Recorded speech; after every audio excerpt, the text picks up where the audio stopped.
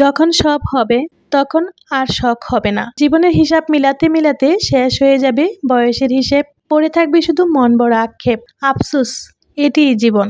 আজ দুপুরবেলায় নতুন আলু দিয়ে মজাদার ভর্তা তৈরি করেছিলাম, সাথে অন্যান্য ভর্তা এবং তরকারি কী ছিল তাও শেয়ার করব। রান্নাবান্না শেষ করে বিকেলে আবার আমি কোথায় গিয়েছিলাম, কি করেছিলাম, সাথেই থাকুন। আসসালামু আলাইকুম এভরিওয়ান, সবাইকে ওয়েলকাম করছি নতুন দিনে নতুন একটি ভিডিও। সকালবেলা আমার ছোট্ট বারান্দার লতানো সবুজ অপরাজিতা গাছে নীল ফুল ধরেছে অনেকগুলো। নীল ফুলগুলো কতটা আপনাদের মাঝে উপস্থাপন করতে পেরেছি তা জানি না। অপরাজিতা ফুলের শুভেচ্ছা জানিয়ে ভিডিওটি শুরু করতে যাচ্ছি, আশা করি ভালো লাগবে। শেষ পর্যন্ত সাথে থাকার জন্য সবাইকে অনুরোধ করছি। এখনও যদি একটি লাইক না দিয়ে থাকেন প্লিজ মনে করে লাইক দিয়ে বাকি অংশটা কন্টিনিউ করুন। তারপর এই তো এখন চলে আসলাম, দুপুরে রান্নাবান্না প্রায় শেষ করে এসেছি।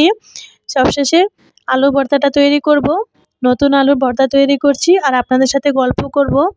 আলু ভর্তা তৈরি করার পূর্বে আলু সেদ্ধ করে নিয়েছি আর সরষের তেলে ধনেপাতা, পেঁয়াজ আর মরিচ ভেজে নিয়েছি।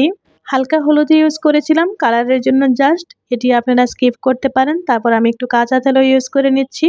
খুব ভালোভাবে আমি আলু ভর্তাটা তৈরি করে নিচ্ছি আমি আমার মতো করে। তো এদিকে আলু ভর্তা তৈরি করতে থাকি আর আপনাদের সাথে কথাও বলতে থাকি। প্রথমেই শখ নিয়ে যা বলছিলাম সেই কথায় একটু ফিরে আসা যাক। আমি বলতে চাই মানুষের শখ নিয়ে। শখ হলো মানুষের মধ্যে লুকিয়ে থাকা শৌখিন মনের প্রতিবিম্ব।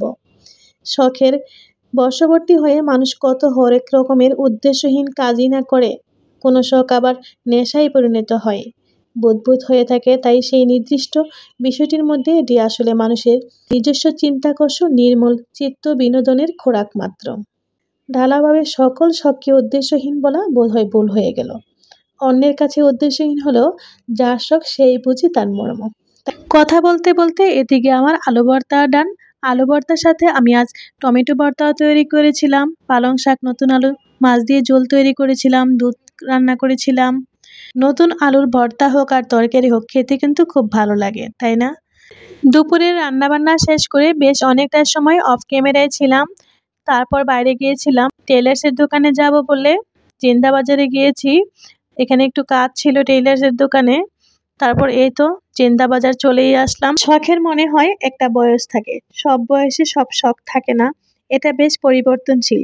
শখ না থাকলে সেই শখের বিষয়টি থেকে মনে হয় ভালোবাসা লোপ পায় না কখনো, কেবল সেই শখ পাগলামি লোপ পায় মাত্র, ভালোবাসাটা যেন থেকেই যায় অমলিন।